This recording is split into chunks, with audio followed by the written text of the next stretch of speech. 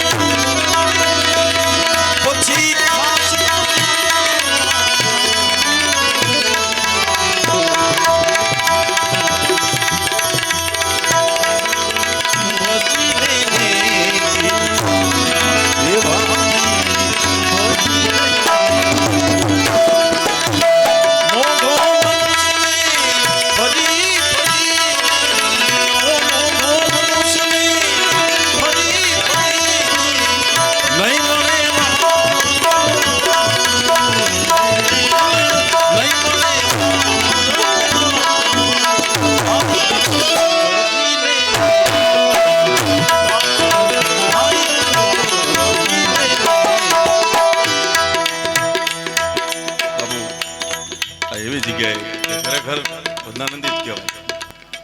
અહીંયા તો બીજું શું બોલવાનું હોય, કારણ કે બધા ભજનવાળા જ બેઠા હોય, ભજનને સમજી શકે એવું બેઠા હોય, ભજનમાં જાતા હોય એ બેઠા હોય.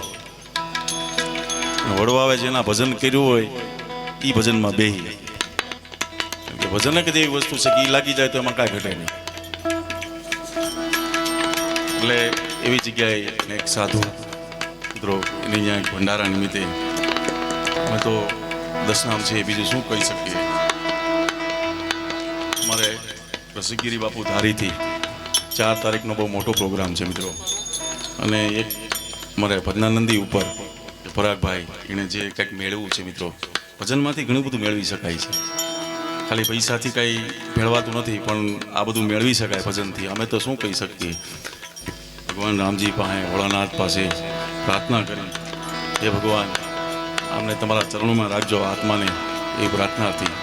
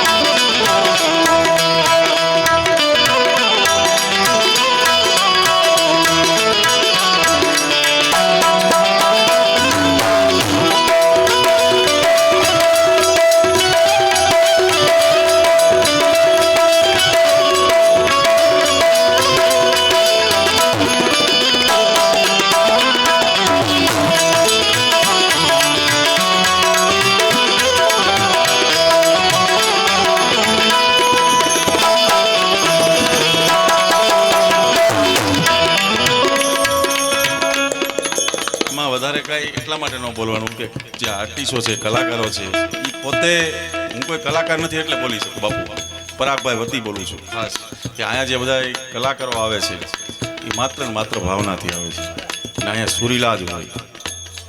અમે તો ગણપતિ બિહારથી મેં થોડીક અમે પાપા પગલે કરી છે ને બાપુનું ભજન હતું એટલે એમને વારસો જળવાઈ રહે, સાધુ છે એટલા માટે કરી. પણ આ ભાઈ હમણાં તરજ વગાડી બાપુ દસ્તાવેજ જયદીપભાઈનો હોય, બરોબર ત્યાં કરી શકે, કારણ કે એની પાસે અમુક અમુક વસ્તુ પડી છે એવા સુરીલા ગાય કે એમાં કાંઈ ઘટે નહીં.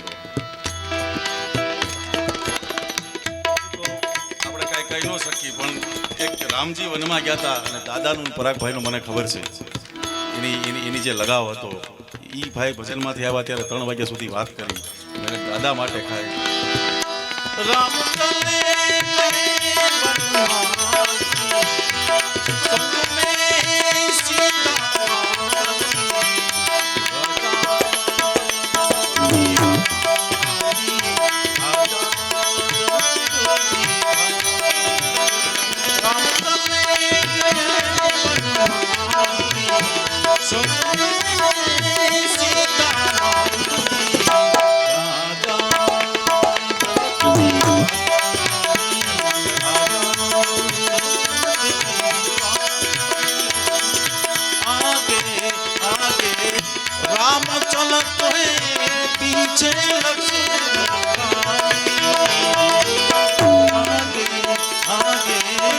राम चलत है पीछे लक्ष्मण भाई, बीच में जानकी माता तीनों लोक की माई, बीच में जानकी माता तीनों लोक की माई। राम चले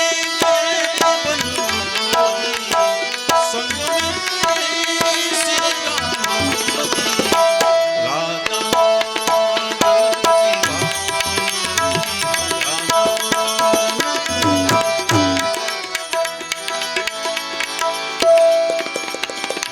संत चरण सद्गुरु की सेवा, आवधा सजन शंकर भाई सजन संत चरण